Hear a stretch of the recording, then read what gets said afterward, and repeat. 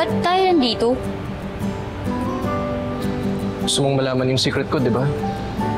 Eh, ito na yan. Huh? Dati kang pare. Hindi. Pero...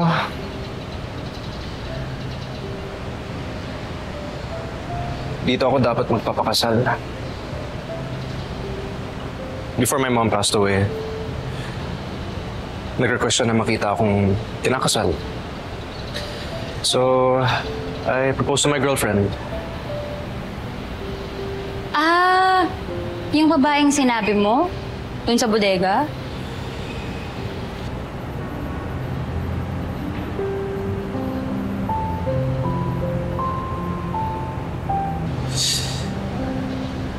Isang babae lang ang minahal ko. Tapos sinaktan lang ako.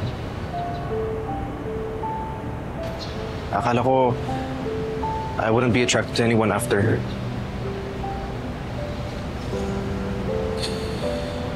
Pero...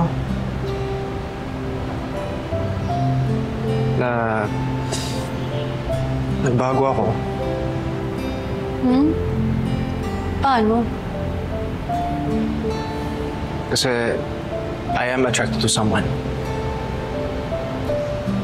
Na kaya ko palang kikiligin ulit. May puso pa pala ulit ako.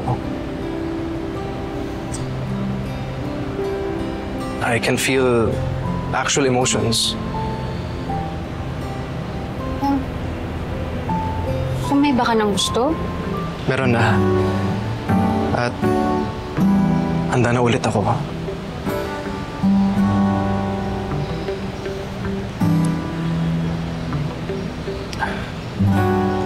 Kahit anong pigil ko, hindi ko siya pwedeng palampasin. Kahit saan ako lumingon, sa isang tao lang ako nakatingin. Kanino?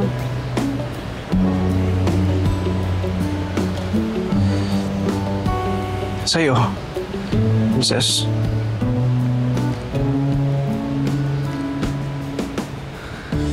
Ikaw ang gusto ko.